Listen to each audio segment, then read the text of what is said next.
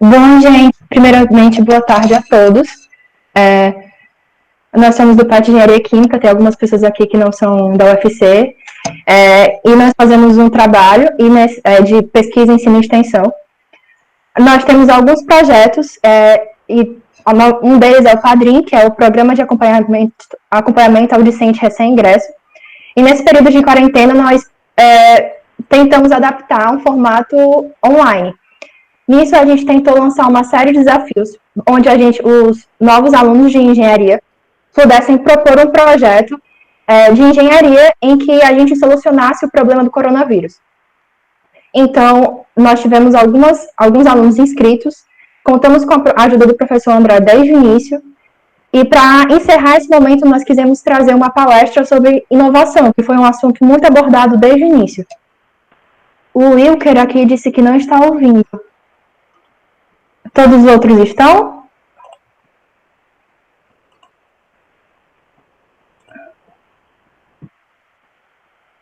Por favor, alguém pode tentar ajudar ele no chat, enquanto eu vou prosseguindo aqui com a apresentação?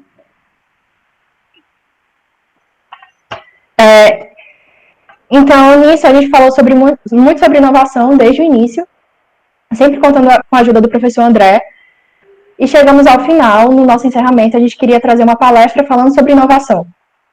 Contamos com ele mais uma vez, chamamos ele para a palestra e ele decidiu falar sobre inovação em biotecnologia, assunto que eu acho que muitos estudantes de engenharia química gostam e achamos muito pertinente para trazer para esse encerramento.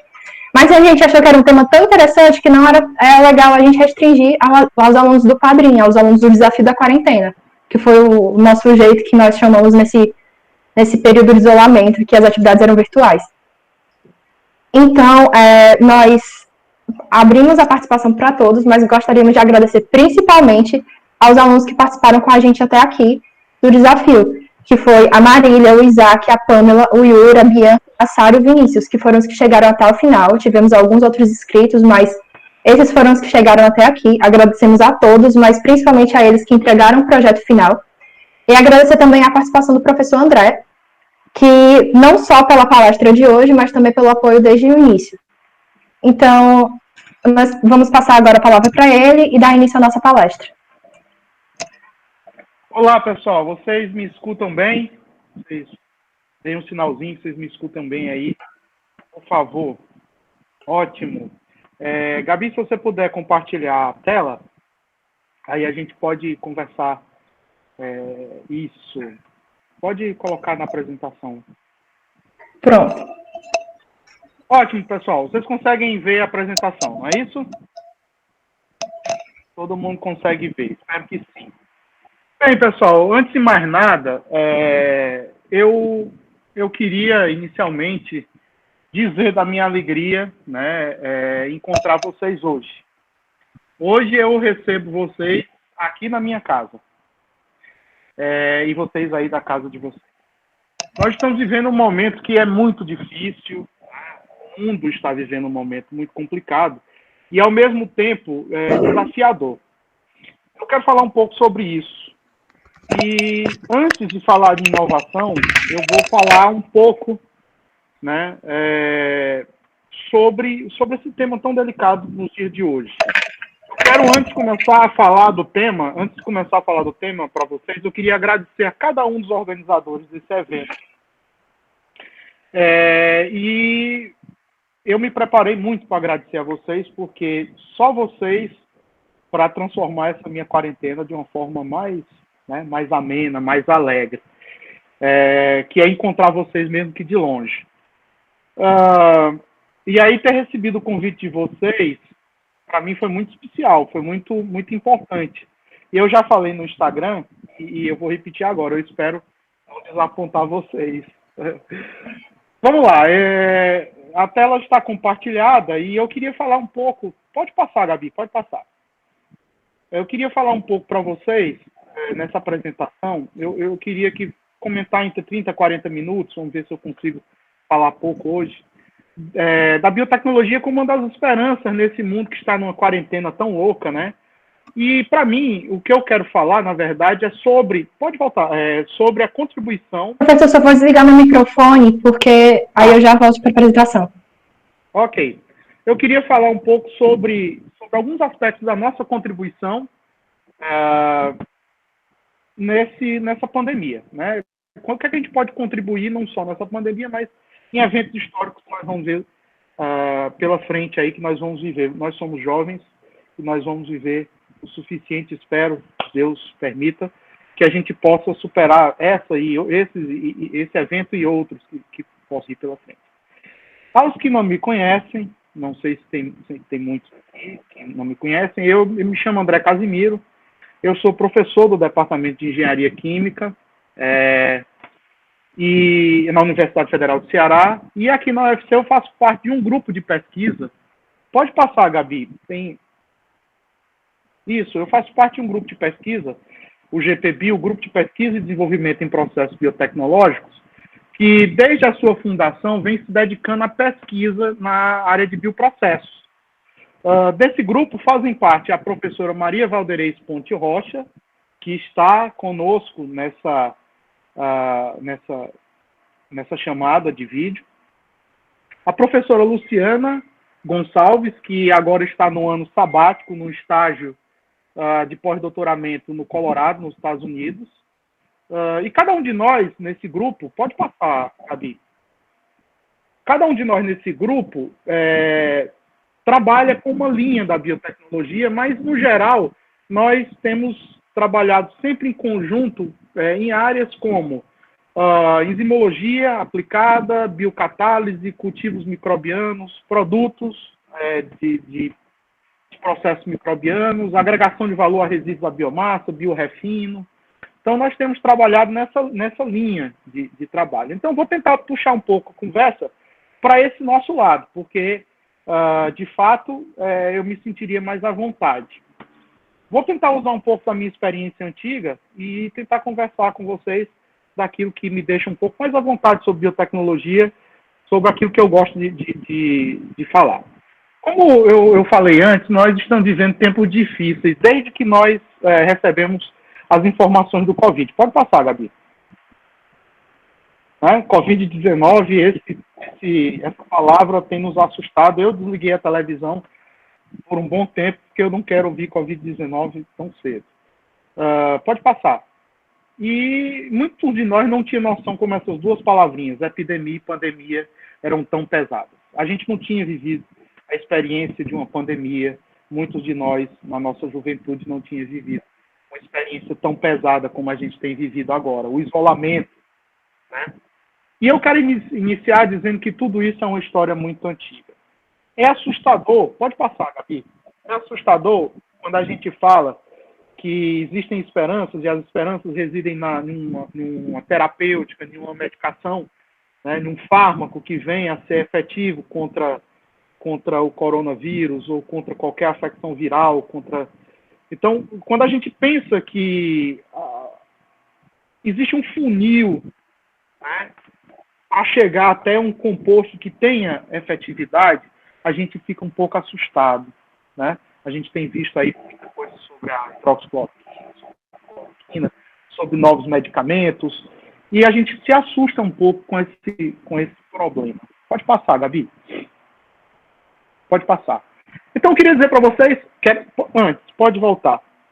É uma história antiga. Essa é uma história antiga e não é de hoje que nós enfrentamos pandemias, epidemias. Então, eu vou começar um pouquinho sobre a história de tudo isso. Pode passar, Gabi. Primeira coisa que é importante, essa imagem é a imagem de Florença, feita em 1630, retratando o primeiro foco histórico que eu vou falar para vocês, que é sobre a peste negra. Pode passar. Então, para ter uma ideia, a peste negra entre 1347 e 1351 Para ter uma ideia de quanto ela foi devastadora, metade da Europa foi dizimada, né? Isso equivale a aproximadamente 200 milhões de mortos. A bactéria causadora, pode passar, Gabi, a bactéria causadora, a Yersinia pestis, ela teve como origem a China ou a Ásia Central, e aí tendo como base a Rota da Seda, e viajou alojada nos intestinos de pulgas que parasitavam os ratos, né, que eram animais uma praga de animais muito comum naquela época, né, questões sanitárias. Entre 1889 aos dias atuais, pode passar, Gabi, a gente enfrentou, nós vivenciamos o aparecimento sequencial de diversos grupos de influenza, né?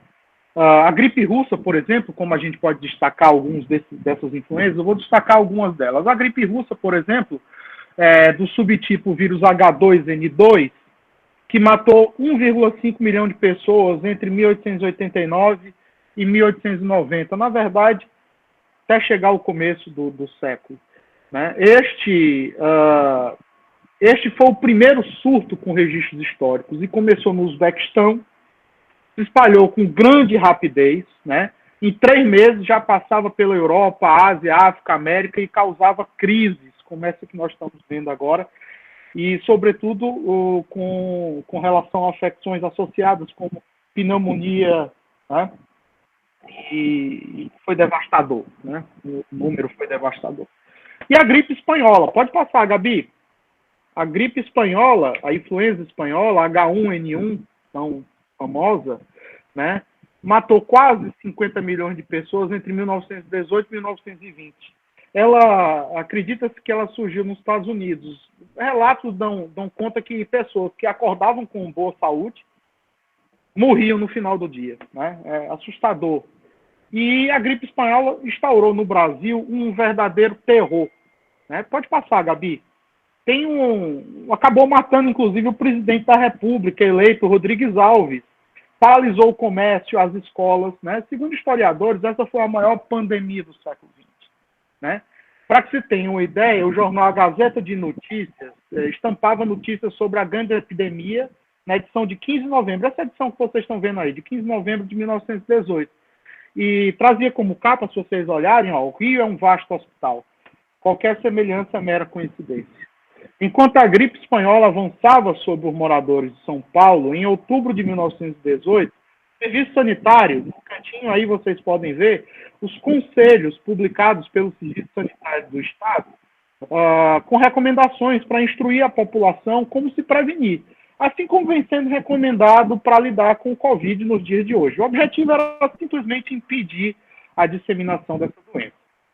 Os médicos descrevem, normalmente na história, que a gripe espanhola foi um dos maiores holocaustos médicos da história, né? Então, após o ápice da doença, no final de 1918, novos casos caíram abruptamente e uma das explicações para esse rápido declínio seria a possibilidade que esse vírus teve de sofrer uma modificação genética, uma mutação, e tornou-se mais fraco. Outra, que é um pouco mais explorada pela história, é que os médicos passaram a ter mais eficiência nos tratamentos, né? Passaram a ter mais rapidez para tratar a gripe espanhola. Ao mesmo tempo em que eu falo da devastação desses eventos, é importante mencionar também o trabalho que foi feito para mitigá-los ou erradicá-los. E aí eu vou falar de alguns trabalhos, muitas vezes relacionados à microbiologia e à biotecnologia, para a gente se animar um pouco mais, né? Já que a gente está vivendo um momento tão doloroso. Pode passar, Gabi. Bom, eu começo falando do trabalho de Louis Pasteur. Quem já estudou microbiologia, quem já estudou biologia, sabe quem foi Louis Pasteur. O que muita gente não sabe é que Louis Pasteur ele foi o pioneiro, né, a investigar os micro-organismos como agentes patógenos, e terminando por ser também o pioneiro no uso de vacinas, né? No uso de vacinas, em especial antirrábica, que utilizou com sucesso para tratar esse garoto de 9 anos aí que está retratado nesse slide, garoto de 9 anos que havia sido mordido por um cão infectado por raiva. Pasteur utilizou-se de injeções diárias de mais ou menos por 13 dias seguidos, né? E com o vírus atenuado, né? Ele, então, foi o pioneiro do uso de vacinas. Na prática, e a grosso modo, pode passar, Gabi. Pode passar o slide. Na prática, e a grosso modo, uma vacina, na verdade, é uma preparação biológica que fornece imunidade adquirida, né, ativa, a uma doença particular, né? E vacina, na verdade, tipicamente contém um agente que se assemelha ao causador da doença e é muitas vezes feita com formas enfraquecidas ou mortas daquele agente, né, ou das suas toxinas. Né? O agente estimula o sistema imunológico do corpo e a reconhecer a ameaça, né? Distribuiu e a manter um registro para que o sistema imunológico possa mais facilmente reconhecer, né, e destruir qualquer um dessas afecções que venham mais à frente, né, a complicar, né, mais à frente aconteça o contágio, o organismo já teria a memória do reconhecimento. No Brasil, essas ideias sanitárias de Pasteur, pode passar, Gabi, as ideias de Pasteur, elas foram difundidas através de Oswaldo Cruz. Né? O sanitarista Oswaldo Cruz, na verdade, mudou a saúde pública do Brasil. Isso é importante que se diga. Desde os anos de 1900, a saúde pública no Brasil ela enfrentava problemas sanitários severos. Né? Oswaldo Cruz se especializou lá no Instituto Pasteur, na França, né, em Paris, e na época reunia grandes nomes da ciência, e lá foi onde ele aprendeu os métodos sanitários mais modernos que a época apresentava, que existiam na época. E ao voltar da Europa, Oswaldo Cruz encontrou no Brasil esse problema sanitário. Para vocês terem uma ideia, o Porto de Santos estava assolado pela epidemia antiga de peste bubônica. Né? E logo ele se engajou no combate a essa doença. Então, a peste que vinha nos navios chegou ao Brasil através do Porto de Santos. Bom, em 1904, Oswaldo Cruz enfrentou um dos seus maiores desafios na história como sanitarista, que foi a grande incidência de surto de varíola. Então, o médico tentou promover uma vacinação em massa da população. Os profissionais entravam na casa das pessoas, né, e vacinavam quem estivesse por lá.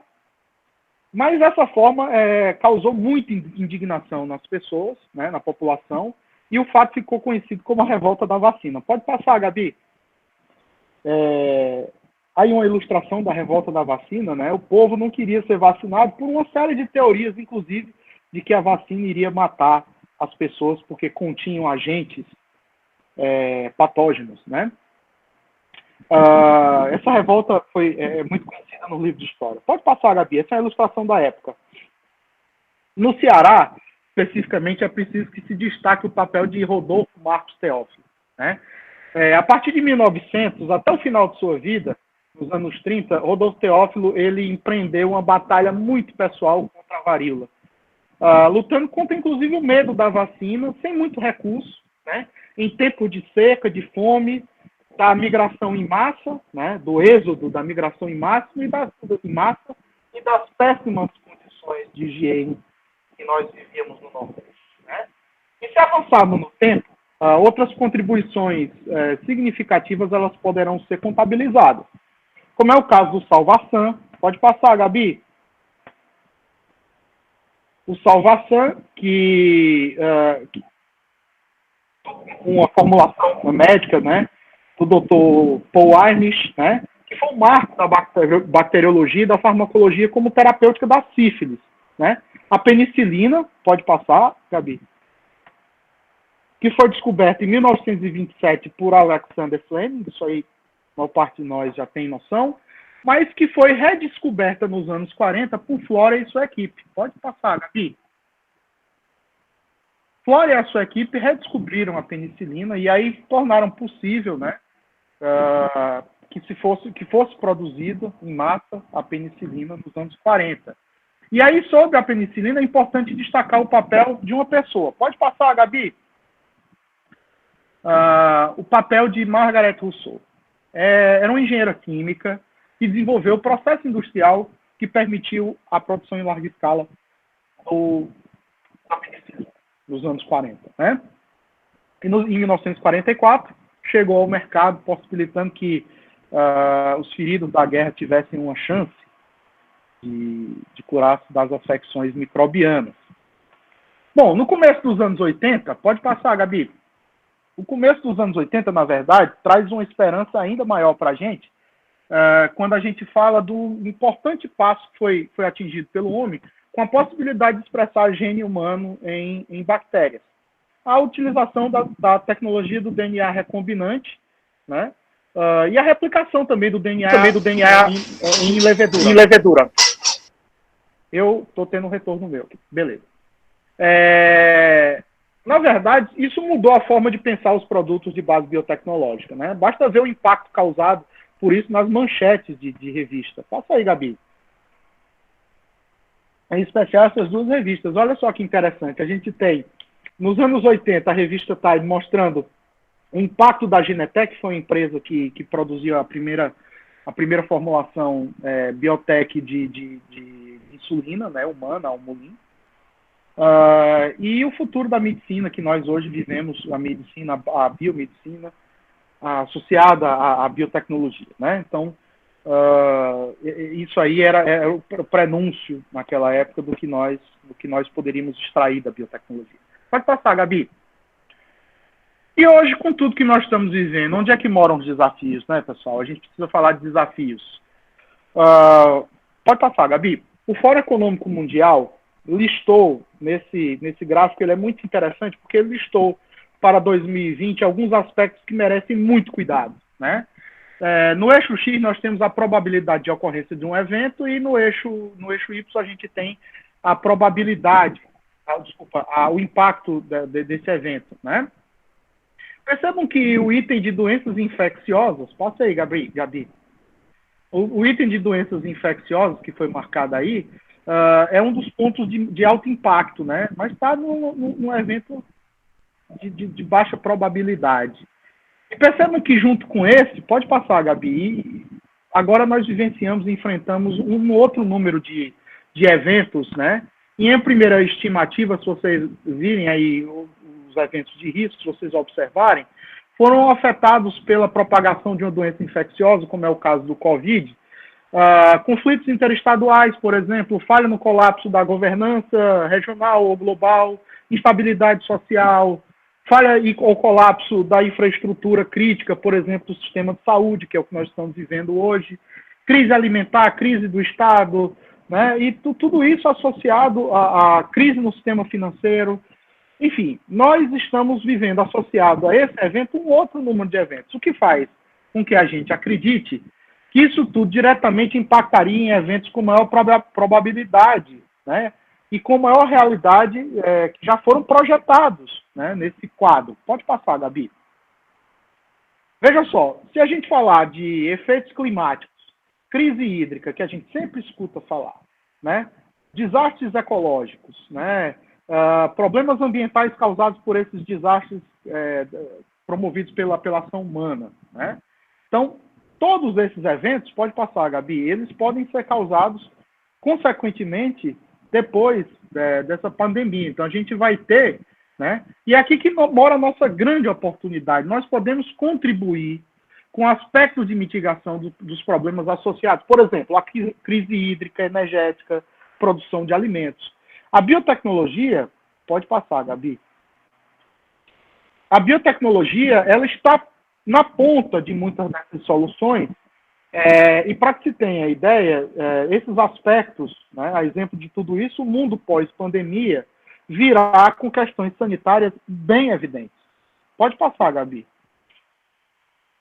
A biotecnologia, ela tem, dentro das suas 4 grandes vertentes, a biotecnologia agrícola, a biotecnologia marinha, a biotecnologia na área de saúde e a biotecnologia industrial, que é a que eu atuo mais fortemente, ela tem chance de contribuir muito com tudo isso, né? A biotecnologia está pronta para oferecer soluções, e a gente precisa também estar preparado para isso. A gente precisa também ter formação para isso aí. Eu vou falar de forma superficial de algumas ideias, algumas oportunidades, né? A pandemia, como eu falei, exemplo de tudo isso, o mundo pós-pandemia, pode passar, Gabi, vai enfrentar questões bem evidentes com relação a aspectos sanitários. Há oportunidades, e aqui eu quero listar algumas, né? Se vocês me permitirem, eu vou falar superficialmente, para a gente não ficar se alongando muito, porque são muitas em diversas áreas, e para despertar pontos que vocês podem achar importantes, tá? Ok? Pode passar. Primeira coisa, pode passar, Gabi.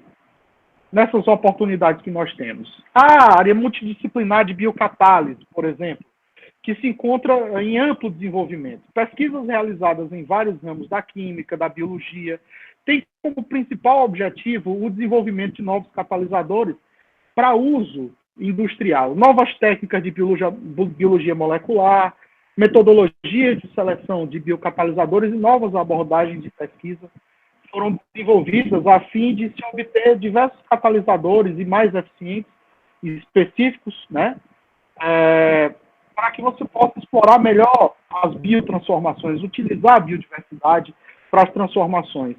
E aqui eu falo tanto da catálise enzimática quanto dos cultivos microbianos, né, para obtenção de produtos diversos de interesse industrial, dentre eles fármacos, por exemplo, né? Pode passar, Gabi. Na biotecnologia, nos cultivos microbianos, por exemplo, a gente utiliza a célula como se fosse um grande bioreator, né? Na verdade, de carbono, por exemplo, a gente consegue transformar dentro dessas rotas bioquímicas a formação de compostos aromáticos, por exemplo, polímeros, biopolímeros, né? Biocombustíveis, plataforma integrada para a produção de fármacos e produtos químicos. Isso tudo tem se viabilizado através utilizando a biomassa, né, os recursos da biomassa, para que a gente possa integrar os processos e produzir, através de processos de biorefino, através de uma plataforma de biorefino, integradamente compostos de diferentes categorias, né? Então, isso aí tem sido viabilizado ao longo dos anos e o conceito de biorefinaria está em alta, né? É preciso que a gente pense nas soluções, pensando também nessa plataforma. Pode passar, Gabi. Biomateriais e nanotecnologia, né, que é tão falado nos dias de hoje, né, e compreendem uma representativa fração dos produtos que nós utilizamos hoje na área da saúde, né? Dentre eles, podem ser citados os dispositivos biomédicos, como é o caso de biosensores, tubo de circulação sanguínea, sistemas de hemodiálise, né? Materiais utilizados em implantes, né? Implantáveis, né? Biocompatíveis, como suturas, placas, substitutos ósseos, né? Telas ou malhas, válvulas cardíacas, né? Lentes, dentes, né? Dispositivos para liberação controlada de medicamentos, né? Órgãos artificiais e curativos, né? Dentre outras possibilidades que a gente pode ter com os biomateriais, com a utilização de biomateriais, né? Sistemas biomédicos, pode passar, Gabi. Sistemas biomédicos e biomiméticos, né? Sistemas biomiméticos que são capazes de imitar estruturas naturais. E aí, aqui ilustramos um dos exemplos, eu trouxe um dos exemplos, que é uma partícula, uma vesícula nanométrica, um lipossoma, né? Uma vesícula constituída por uma bicamada de fosfolipídios, lipídio com a cabeça apolar, né? Com a cabeça polar, né? Que tem afinidade por compostos aquosos, e uma cauda apolar mais longa, vocês podem ver aí, né? Que possuem afinidade por compostos lipídicos. Então, esse mecanismo mimetiza uma célula, se vocês perceberem, né? E podem ser utilizados como carreadores de fármacos, né? A gente chama de carreadores lipossômicos, né? Tem sido muito aceitos clinicamente no tratamento do câncer, por exemplo, na formulação de vacinas, por exemplo, né? E ele tem uma possibilidade que é mimetizar uma célula. Então, o organismo reconhece como se fosse algo não problemático. Então, a liberação controlada acontece nessa bicamada e o organismo não reconhece como um corpo estranho. Formas farmacêuticas de liberação controlada e modificada, pode passar, Gabi, que são sistemas, né? E especificamente desenvolvidos para possibilitar melhor aproveitamento do fármaco pelo organismo, né? Além de promoverem uma otimização do fármaco, também eles evitam flutuações da concentração do fármaco, dos níveis séricos do fármaco, né? Que são indesejáveis, né, no caso da sua concentração, e que permitem uma considerável melhoria na biodisponibilidade desse produto no organismo. Né? Biofármacos, que são medicamentos obtidos a partir da utilização de células geneticamente modificadas. Pode passar, Gabi. Né? Geneticamente modificadas para a produção, por exemplo, de proteínas terapêuticas. Né? Hoje tem se falado muito em proteínas terapêuticas. E com o advento da tecnologia do DNA recombinante, né, e outros avanços que a ciência tem dado na área da biotecnologia, é altamente possível produzir em larga escala compostos de alta complexidade que são importantes para tratamento de diversos tipos de afecções. Né? E aí produção de antitumorais, né, e outras patologias. Né? A exemplo de anticorpos monoclonais terapêuticos, que é a ilustração que nós temos aí, ó. Essa ilustração aí representa um anticorpo, que é essa molécula aí em Y, né? Que se ligam aos alvos com alta afinidade e alta especificidade, né? Esses anticorpos podem se ligar, por exemplo, aos receptores na superfície celular, desencadeando a sua atividade biológica, ou seja, eles servem também como carreadores altamente específicos para o targeting, para levar um fármaco até o ponto desejado, né, especificamente. Cultivo de células animais e vegetais, pode passar, Gabi? Tem crescido muito, muitos de nós têm ouvido falar aí sobre cultivo de células, né, animais, que pode ser definido como um conjunto de práticas que permitem a manutenção de células em um sistema vivo, independente de tecidos da sua origem, né, condições controladas. Então, a gente fala de biofármacos produzidos por células, né, e o cultivo de tecidos e de células também para fins terapêuticos. Né? E como é que nós podemos ajudar nisso tudo? Tá. Pode passar, Gabi. Como é que a gente pode se associar à biotecnologia? Como é que a biotech pode ajudar a engenharia química, e a engenharia química pode ajudar a biotech? Isso aí é a nossa contribuição realmente de fato, né? Se por um lado a biotecnologia oferece uma infinidade de possibilidades, também oferece um outro grande número de desafios, né?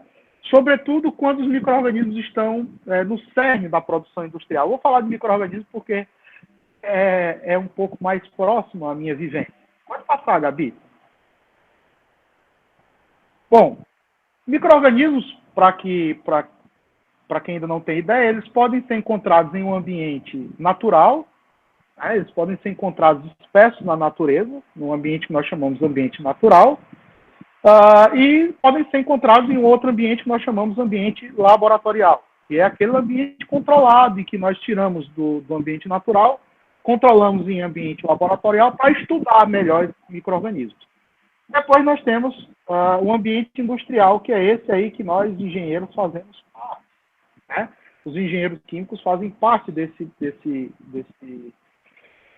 meio industrial, então a nossa contribuição está entre o meio laboratório e o meio industrial. É interessante que, quando a gente fala isso, por exemplo, dos cultivos microbianos, os micro-organismos eles apresentam uma grande eficiência biocatalítica, né? De converter, como eu mostrei para vocês aquele quadro antes, eles podem converter carbono em diversas moléculas, fazendo quebras, gerando energia, e essa energia sustentando os processos metabólicos. Depois, com moléculas menorzinhas, com moléculas fruto dessas quebras, eles podem construir blocos maiores, né, que a gente chama de blocos da biossíntese. Então, as células têm essa capacidade de conversão, essa eficiência biocatalítica, né? Na verdade, isso é fruto de uma otimização que ocorreu na natureza, né?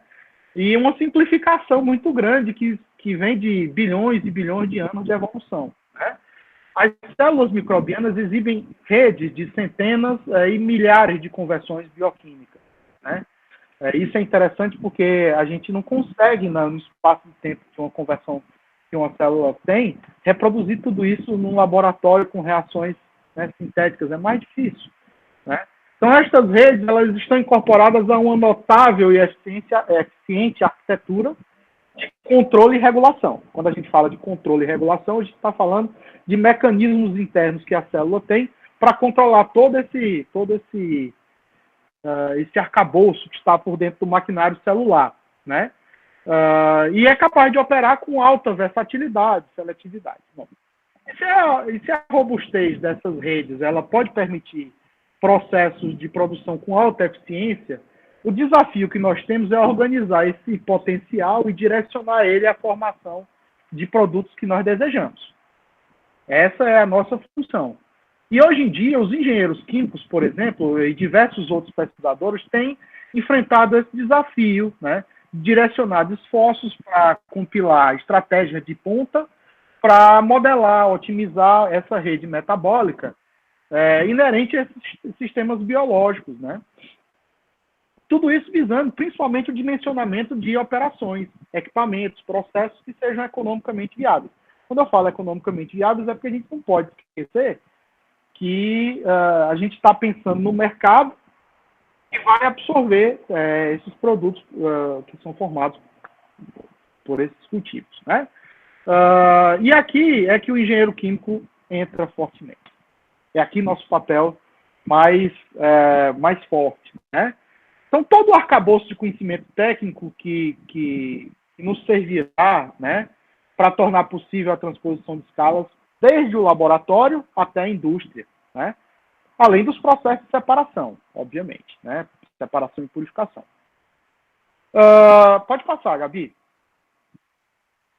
É interessante que nós temos, dentro dos processos industriais, sejam eles quais forem, a gente tem que pensar que a escala laboratorial, como eu falei antes, a gente saiu da escala da natureza, né, onde o organismo está efetivamente adaptado, nós mimetizamos as condições da natureza para preservá-lo em meio laboratorial, fora das suas condições naturais, seu habitat natural, e depois nós temos que sair para uma etapa semi-industrial, né, uma etapa menor, e uma etapa muito maior, que é a etapa industrial. Então, isso a gente chama de scale-up. Né? Da indústria, a gente chama isso de ampliação de escalas, né? Transposição de escalas. Pode passar, Gabi. Existem etapas nesse caminho de transposição de escalas, certo? Existem etapas nessa transposição de escalas que são interessantes, que são possíveis de serem observadas quando a gente... Aqui está o curso de engenharia química inteiro, né? Primeira coisa, a gente tem que abstrair o modelo. Segunda coisa, a gente tem que fazer toda a modularização e aí a gente tem que entender como é que o nosso modelo que equipamentos eu vou utilizar, né, para reproduzir esse modelo que eu tenho aqui do cultivo, por exemplo, de células, vamos falar assim. Posteriormente, a gente vai passar para uma outra etapa de predição, né, de comportamentos, né, partindo de um modelo já integrado dos processos, né, da modularização, e aí a gente vai padronizar, né, toda a predição, né, e entender como é que funciona todo o processo já modularizado, já integrado, e depois partir para entender a eficiência do processo, que é a otimização. Então, tudo isso são etapas que o engenheiro químico, em 5 anos, acaba aprendendo demais, né? Então, a gente tem que aprender desde a etapa inicial até a otimização dos processos. Pode passar, Gabi. Esse é o caminho de uma transposição de escala. Logicamente, como eu estou falando de células, para dar um exemplo, né, eu poderia dar exemplo de qualquer né, de síntese de fármaco, mas vamos falar de células para eu ficar mais à vontade. Células, por exemplo, o cultivo de células, de micro-organismos, por exemplo, para a formulação de fármacos, para a produção de fármacos, envolve, por exemplo, interações mecânicas, sistemas de agitação, mistura, envolve calor, transferência de calor para manter a temperatura, né? Envolve a transferência de massa entre o meio de cultura, né? Sempre considerando sistemas muito heterogêneos. Então, o engenheiro químico ele está na ponta para trabalhar dentro desses meios, dentro de todas as operações, de todos os processos que a gente enfrenta. O maior desafio que é sair da escala laboratorial e ir para a escala industrial ou otimizar uma escala industrial. Pode passar, Gabi. Interessante que quando a gente fala dos sistemas microbianos, e aí falando aqui do curso de engenharia química, falando das nossas perspectivas, de como que onde que a gente pode aprender um pouco para construir, né,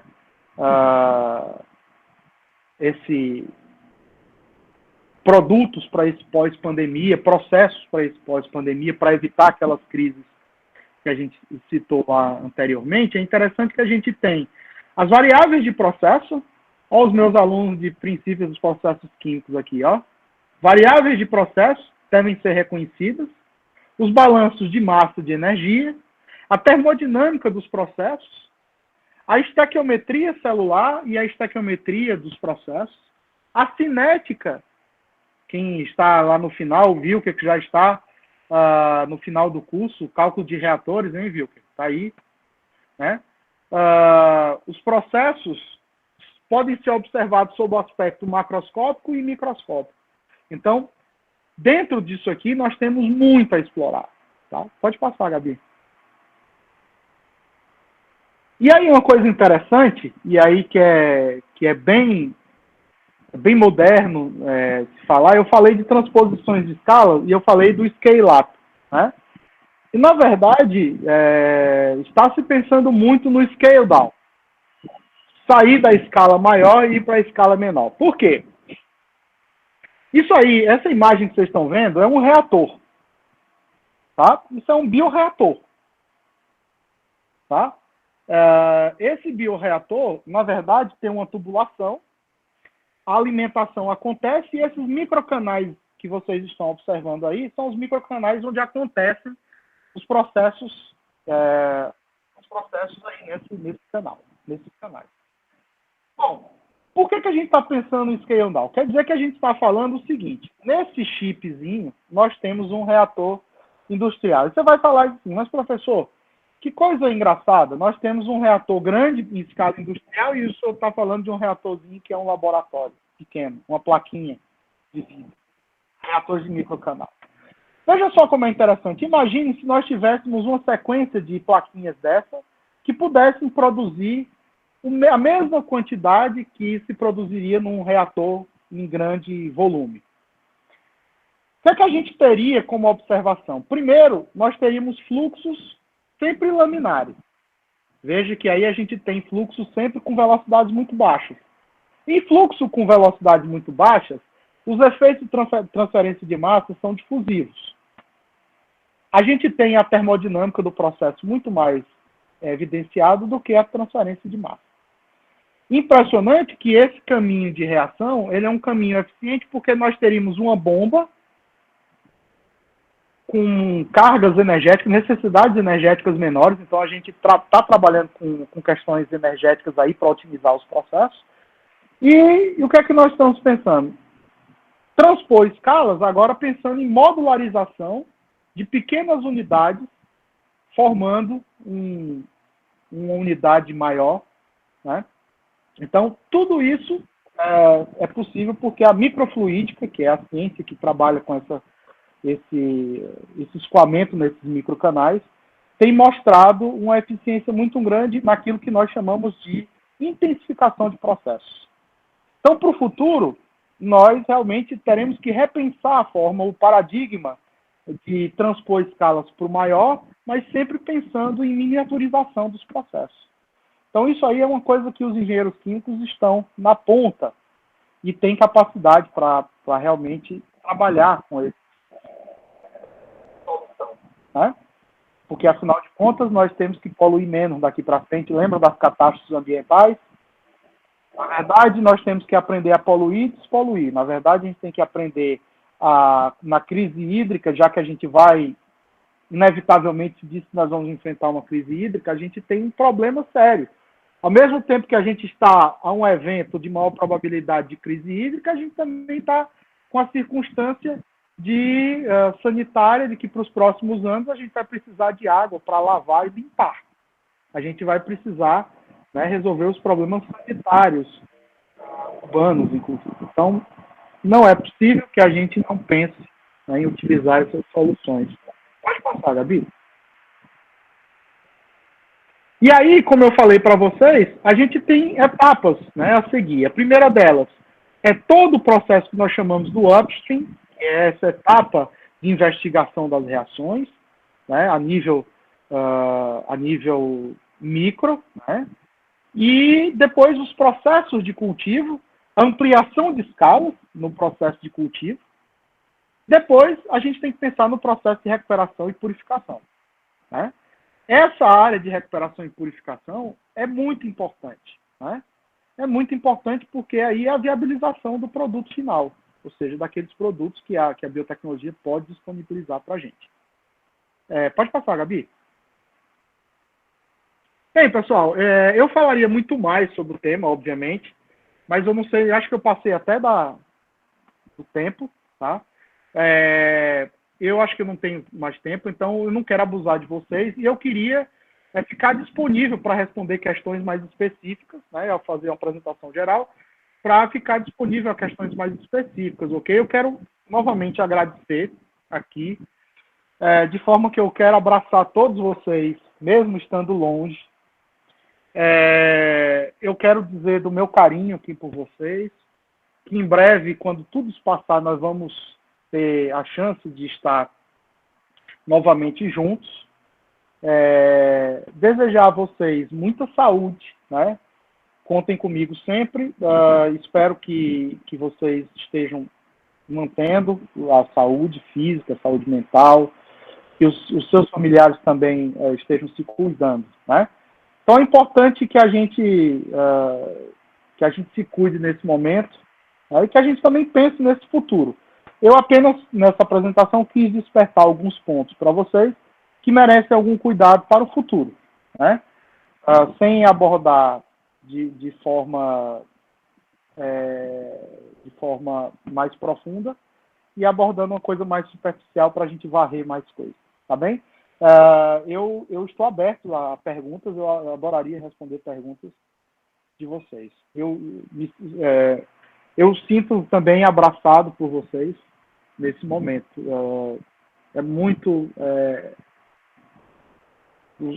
Eu fico muito feliz em estar aqui com vocês. Enfim, fica à vontade aí para responder aí, fiquem à vontade para perguntar.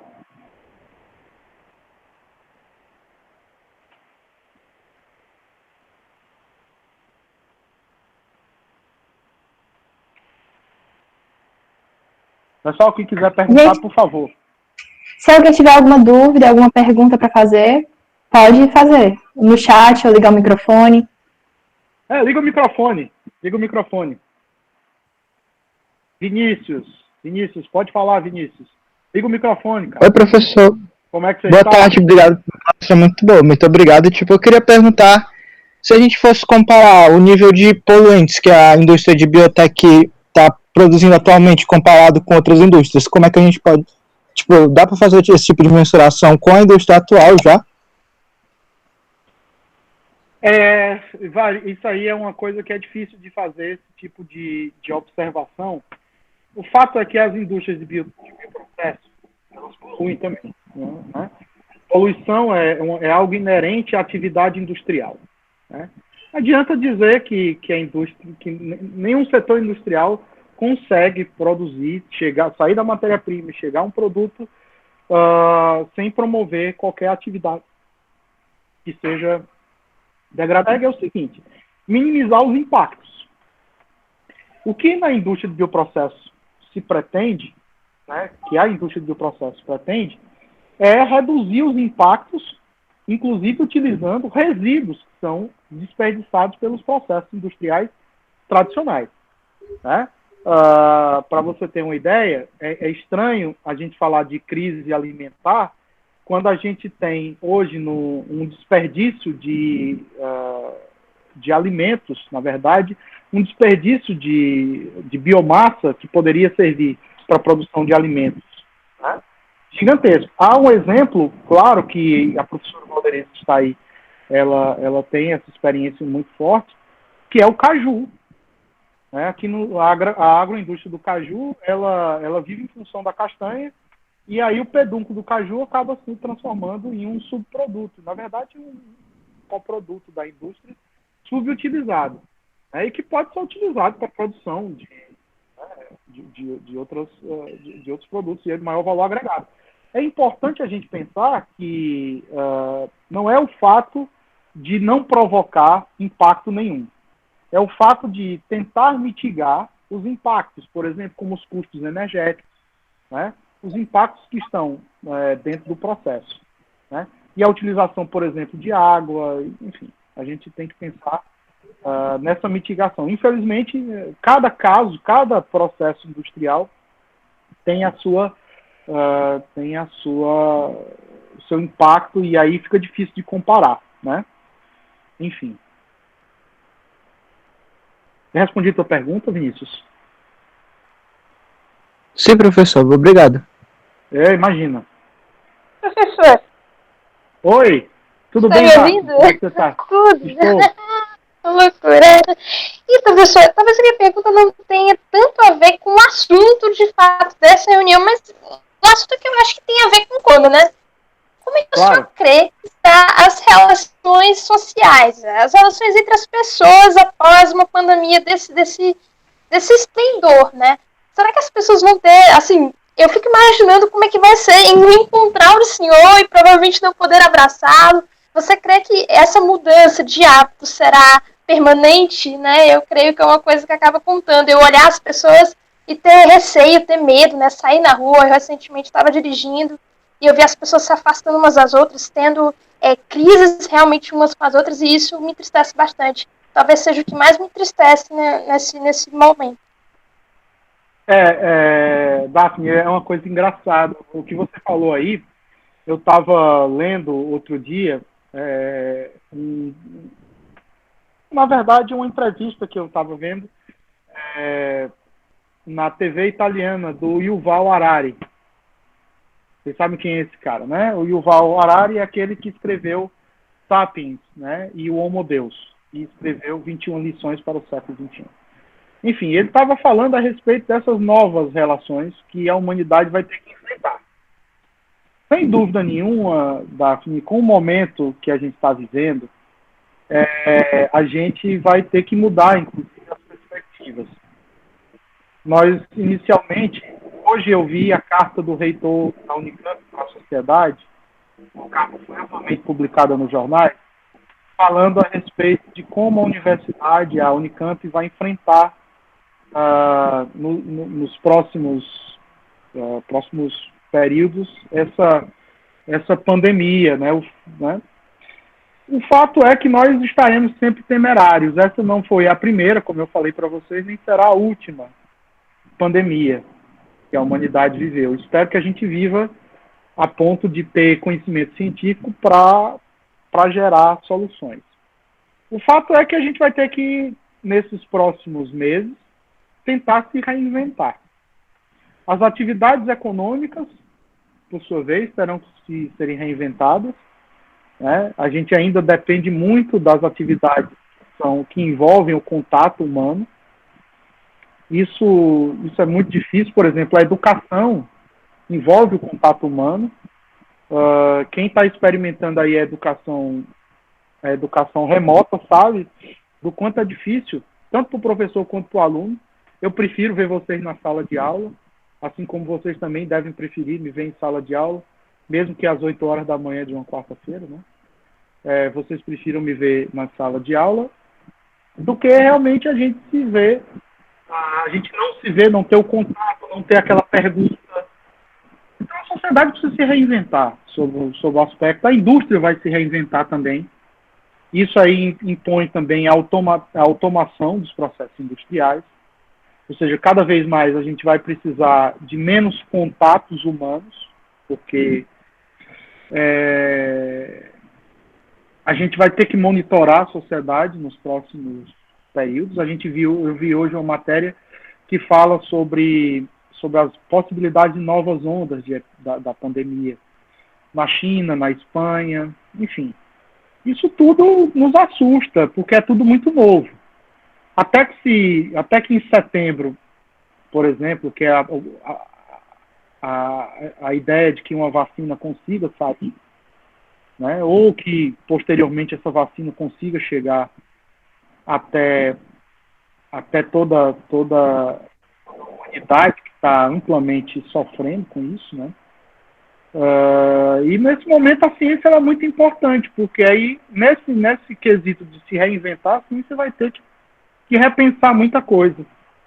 E dentre elas é que a gente não pode viver a vida inteira andando com as máscaras, né? E se a gente tiver realmente que fazer um distanciamento por mais tempo, é preciso que a ciência oriente, né? É preciso que a gente acredite que a ciência vai orientar um caminho de solução para isso, né? Esse mundo pós-pandemia vai enfrentar crises econômicas graves, bravas, né? E que envolve também um equilíbrio, né? A gente precisa ter equilíbrio governamental, né, para que a gente possa enfrentar. Ao que tudo indica, essas medidas aqui, por exemplo, aqui no Ceará, as medidas vão ser gradativamente relaxadas a partir dos próximos meses.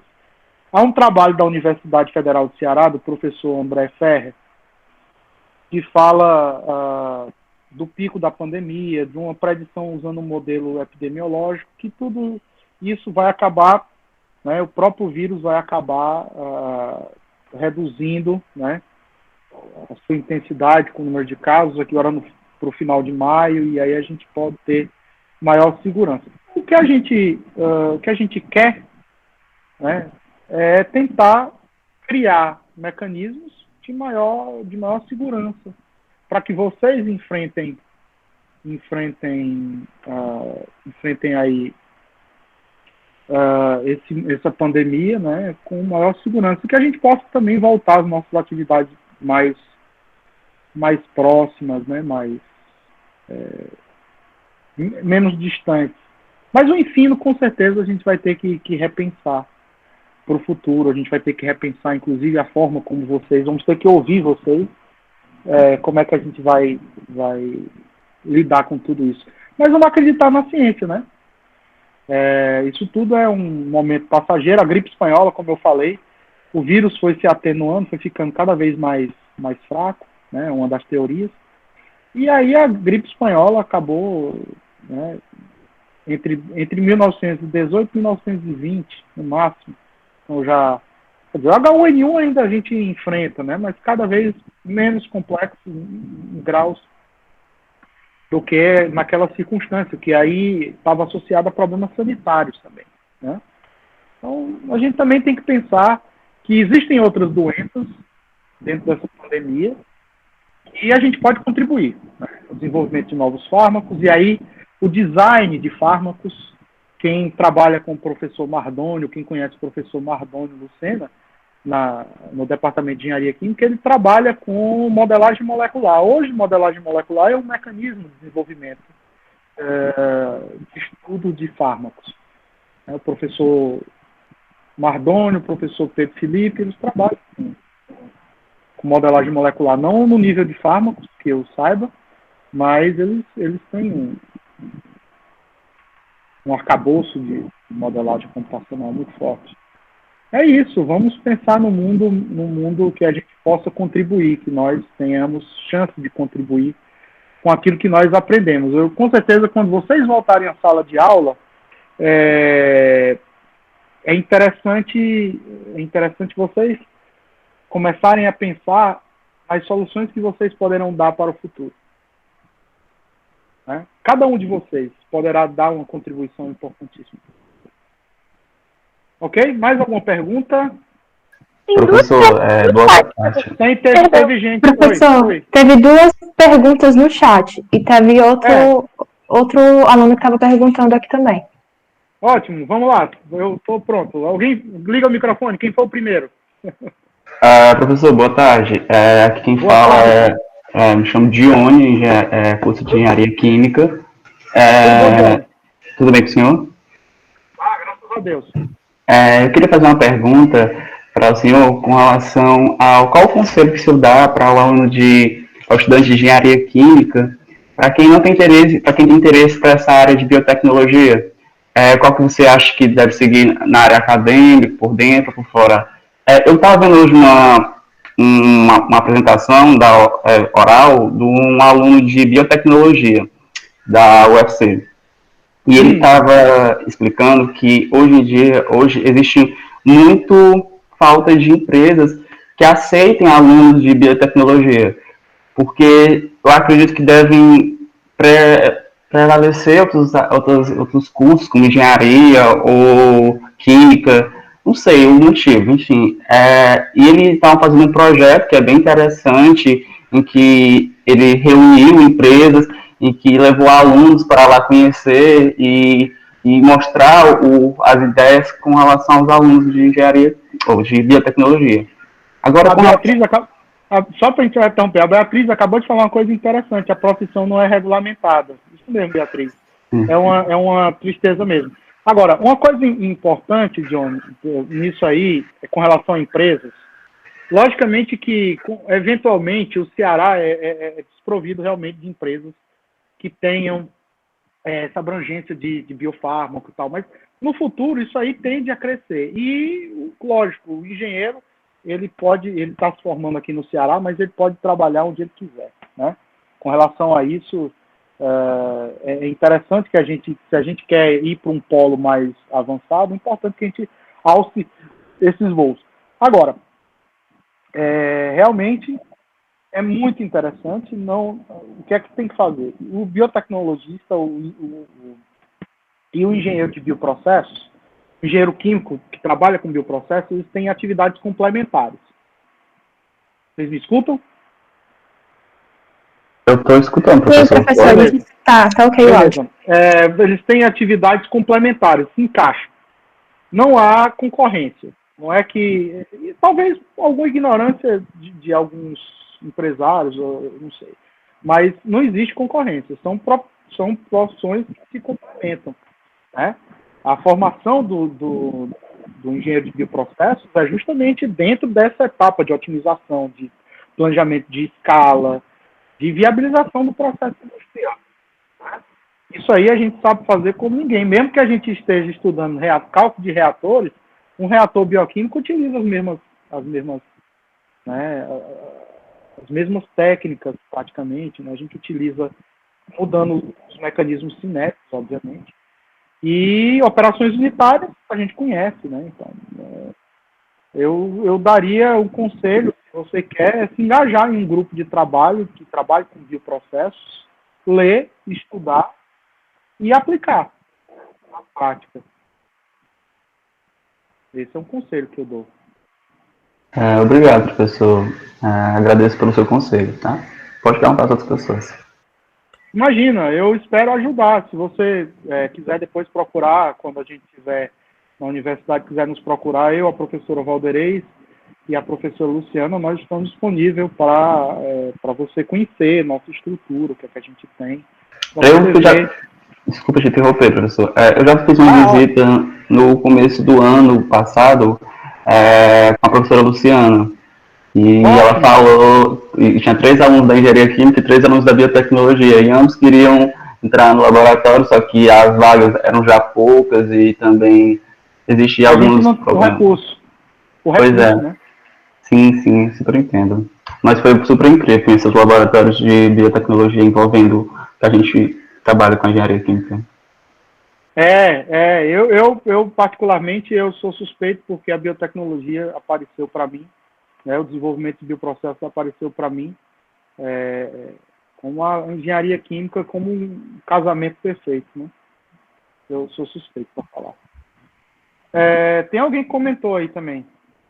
O Helder foi o primeiro que fez a pergunta, professor, no chat. E Ótimo. se o Helder quiser ligar o microfone e fazer a pergunta, qualquer coisa eu posso ler aqui também. Deixa eu ligar aqui a luz também, né?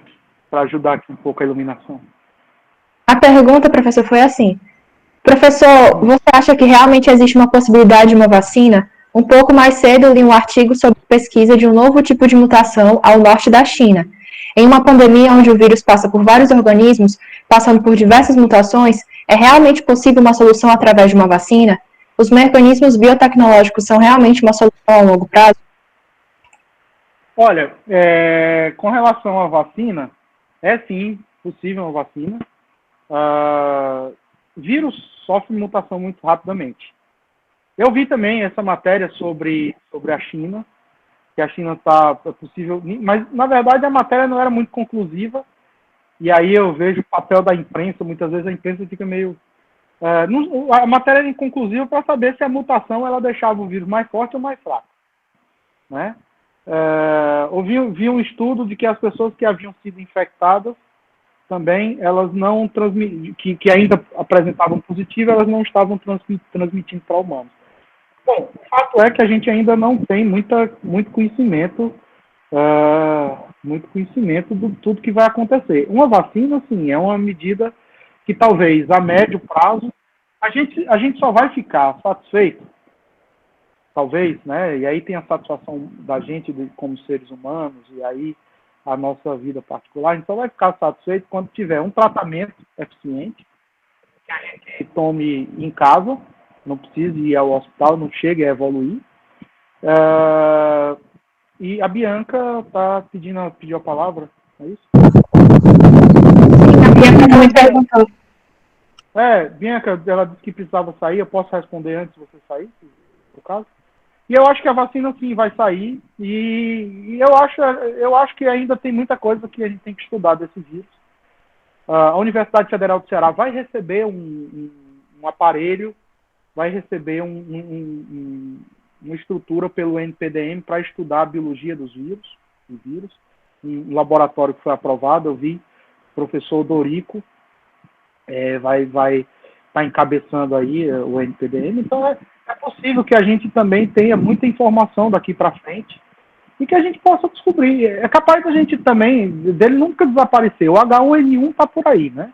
As outras espécies, as outras influenzas também estão por aí. O que acontece é que a gente aprendeu a conviver, né? A gente aprendeu a conviver. E aí aprender a conviver significa preparar também o sistema de saúde, significa também preparar a ciência para que a gente possa ter medicamentos a médio e longo prazo. Como eu falei para vocês, assusta quando a gente vê aquele funil, né, entre 10 mil fármacos para chegar a um e o tempo que isso leva. Então, é importante que a gente tenha na cabeça a consciência de que a mente humana ela é muito... Ela tem uma capacidade, sob pressão, de criar, né? De criar novas soluções. E aí essas soluções envolvem, por exemplo, mecanismos biomédicos, né? Para evitar intubação, fármacos de melhor ação, né? Desenvolvimento de processos mais efetivos para a produção de fármacos, formas farmacêuticas com menores problemas, menores efeitos colaterais, por exemplo, possam favorecer a biodisponibilidade do medicamento no organismo. Enfim, a gente precisa pensar que o mundo agora tem que entender um pouco mais sobre tudo isso que aconteceu, para que a gente se prepare para o que pode acontecer no futuro, né? Espero muito que nós possamos aprender, né? Muito. Isso aí. Acho que não sei se respondi. Tem algum aluno aqui do professor... Oi, tem algum aluno do professor Jones? Tem algum aluno do professor Jones? O professor Jones ontem fez a divulgação. Sim, pode falar, Gabi, desculpa. Também fizeram a pergunta aqui, que é, professor, o senhor mencionou a automação dentro da indústria. Nesse sentido, gostaria muito de saber a sua perspectiva em relação à geração de empregos para os novos engenheiros químicos, mediante um mundo pós-pandemia. Exatamente, isso é uma pergunta bem capciosa. Quem foi que fez a pergunta? Foi a Eluziara. Ah, tudo bem, Luziara, como é que você está? Que bom. É o seguinte, isso aí preocupa, porque a automação sempre vem acompanhada do medo de desemprego, né? Toda vez que a gente fala automação, sempre vem acompanhada do medo de desemprego. Mas, ao mesmo tempo, a gente também tem que se preparar para que a automação seja uma forma de que a gente ganhe emprego dentro da indústria, desenvolva novas estratégias, e aí estratégias de produção. É interessante que o engenheiro químico, hoje, né, dentro da sua visão mais holística de formação, o engenheiro químico tem que entender de segurança de processos, tem que entender de segurança, não só de processos, mas de segurança ocupacional.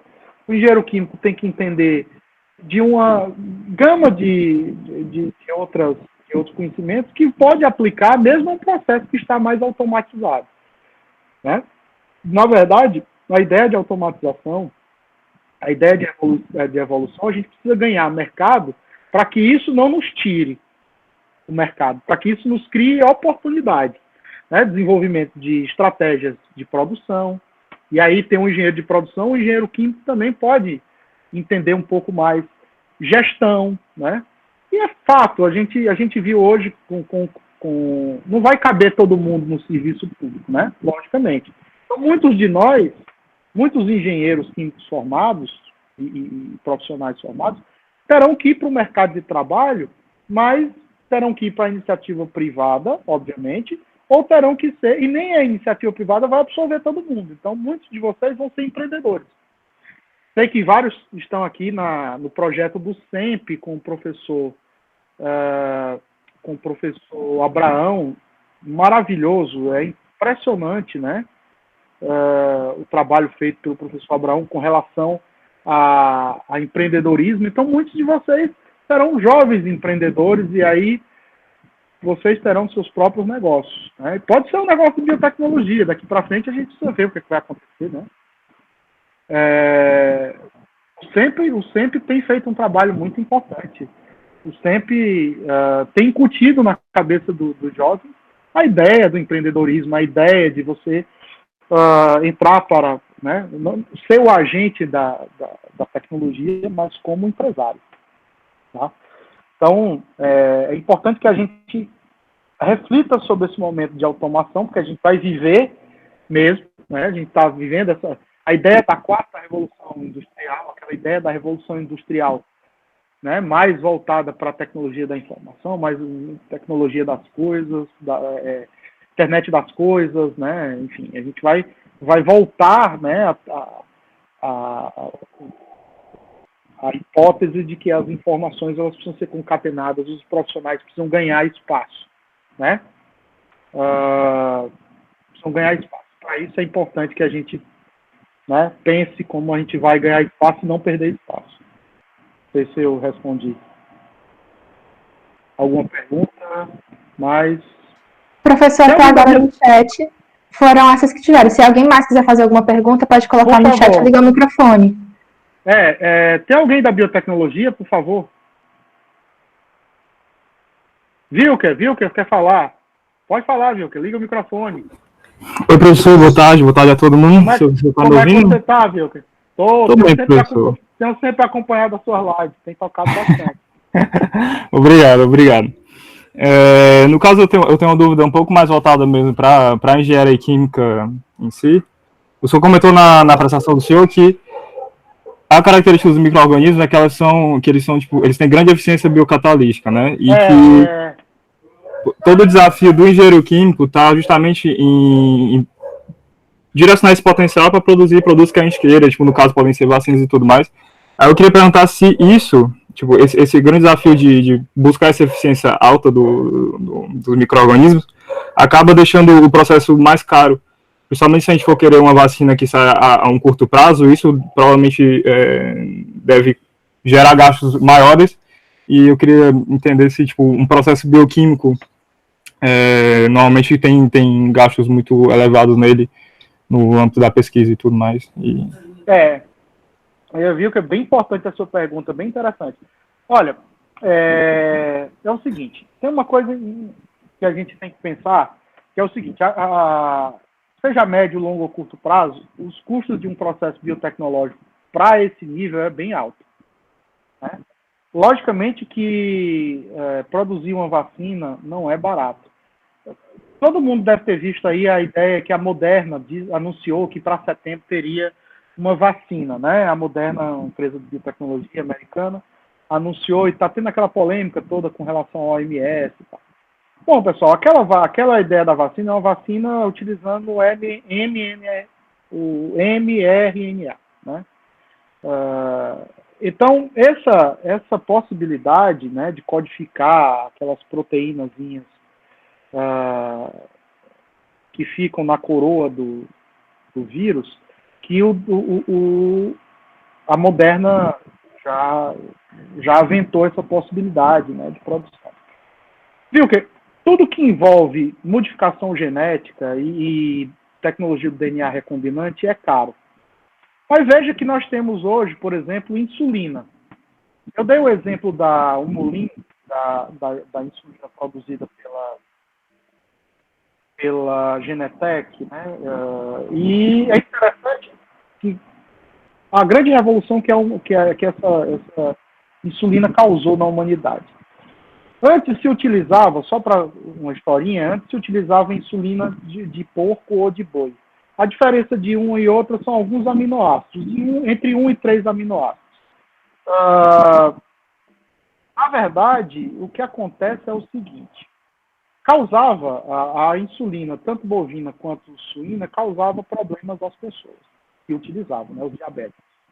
Bom, o fato é que esse problema, né, levou à possibilidade de você, né, o estudo de você criar uma insulina humana, exatamente idêntica à humana, só que produzida por um micro-organismo.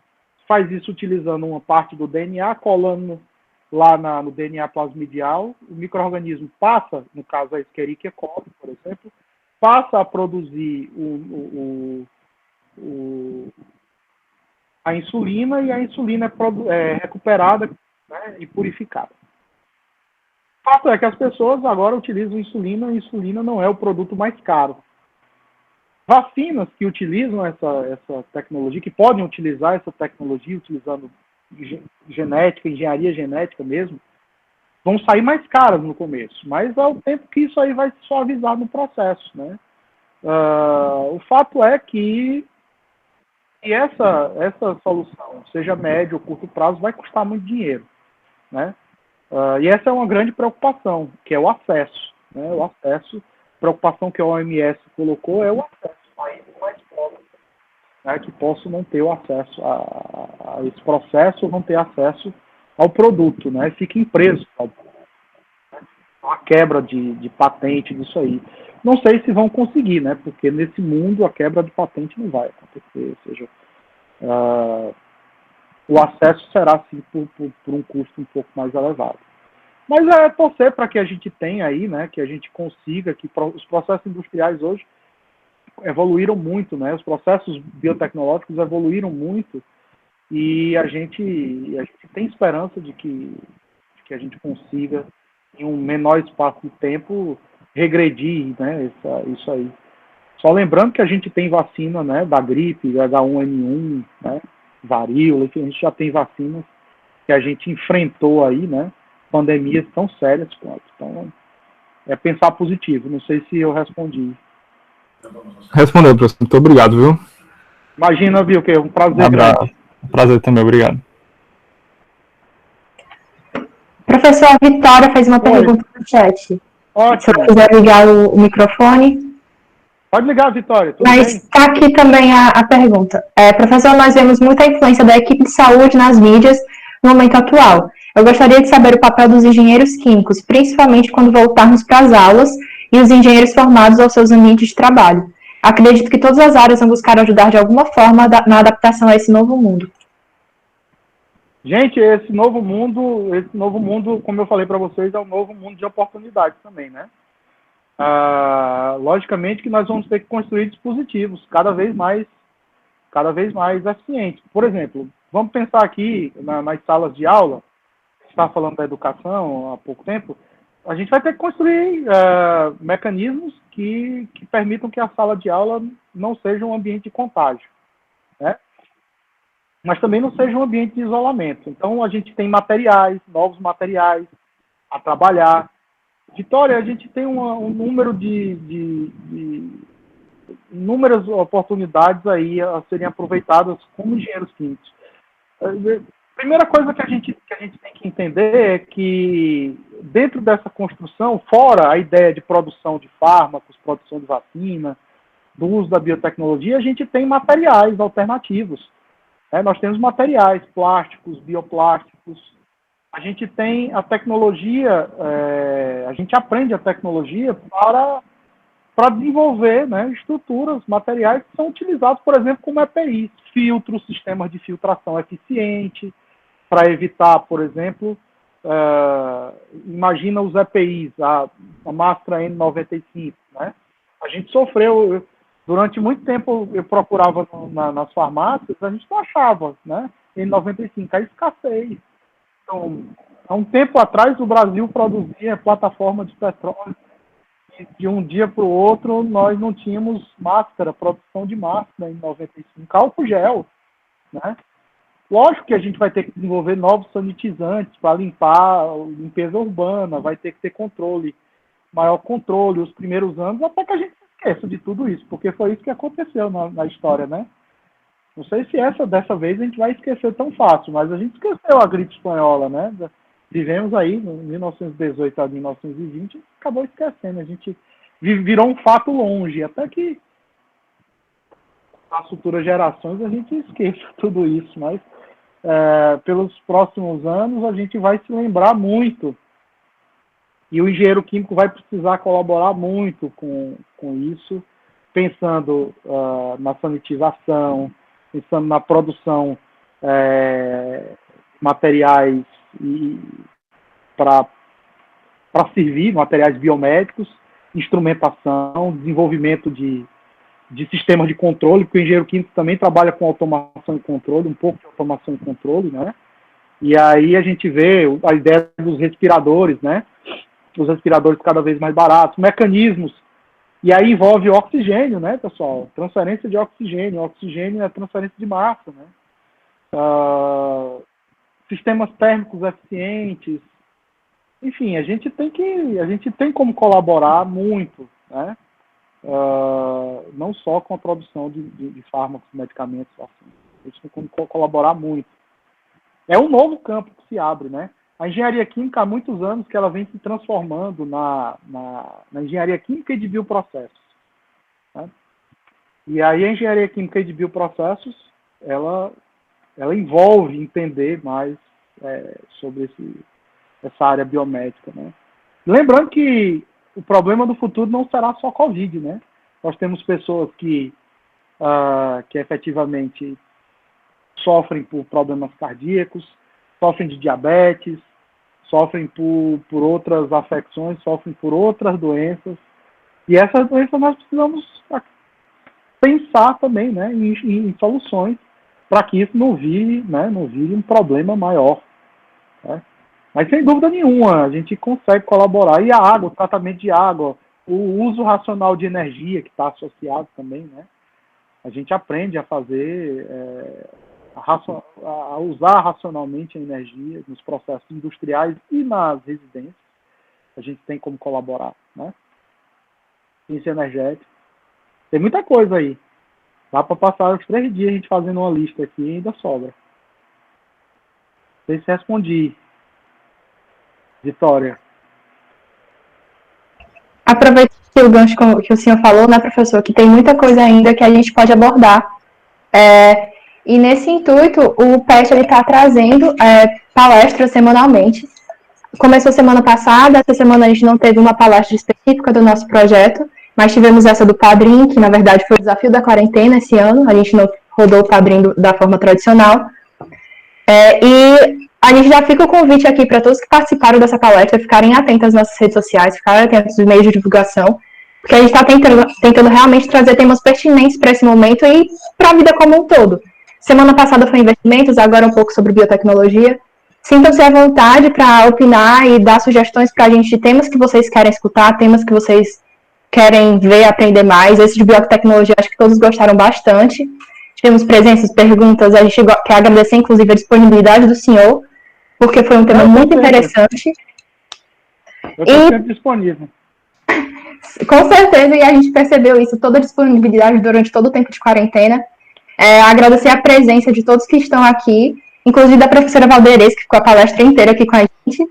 E deixar aí a sugestão para caso vocês queiram falar com a gente, pedir algum tema e participar nas próximas palestras conosco. Tô morrendo de saudade de todos. Veja a hora também, retornar. professora. Já tem elogio, que bom. professora. Que bom falar com cada um de vocês. Eu queria saber, entrou algum aluno do professor Jones, que não é da UFC? Entrou? Professor, lá no PET nós tivemos no Instagram um pedido para permitir a presença também para uns alunos de outra faculdade. Eu não sei se era o professor Johnny, mas... o professor Jones. A gente liberou acesso. Acho que alguns alunos não eram daqui, não eram da UFC. Provavelmente eram deles também. Teve a professora Tigressa que participou, André, e a Anaíla. Professora Anaíla, professora Tigressa. A Anaíla estava vendo aqui. É bom, que legal. Professora Tigressa eu não vi. Ela está aí ainda? Com do Diego, foi algo assim, mas ela pediu para autorizarem ela entrar. Aí eu mandei mensagem para os meninos do PET. Que bom. Tigressa, pessoa que trabalha sempre com a gente, trabalhou com a Valderez, uma pessoa professora também, universitária, pessoa que trabalha com bioprocesso. Muito competente, foi da Embrapa também. A professora Naíla também trabalha com bioprocesso. Que bom. Alguém trabalha com bioprocesso aqui, que eu não conheça? Da biotecnologia, tem alguém da biotecnologia? Que possa se manifestar? Alguém? Aqui agora os que estão, acho que a maioria são da engenharia química mesmo. Que bom. Espero não ter falado só para engenheiro químico, né? Eu me sinto à vontade falando para engenheiro químico, mas espero não ter falado só para engenheiro químico. Eu gosto de falar para todo mundo. É isso, pessoal. Estou sempre à disposição de vocês. Quando vocês precisarem, sempre contem comigo. Pois então, pronto. Esse foi o nosso encerramento, gente. Obrigada pela participação de todos, o professor André. Esperamos ver vocês nas próximas palestras também. Irei, vou participar. Certinho. Obrigada. Um beijão a todos. Obrigado. Tchau, meninos. Depois vocês me passam o vídeo. Certinho, professor.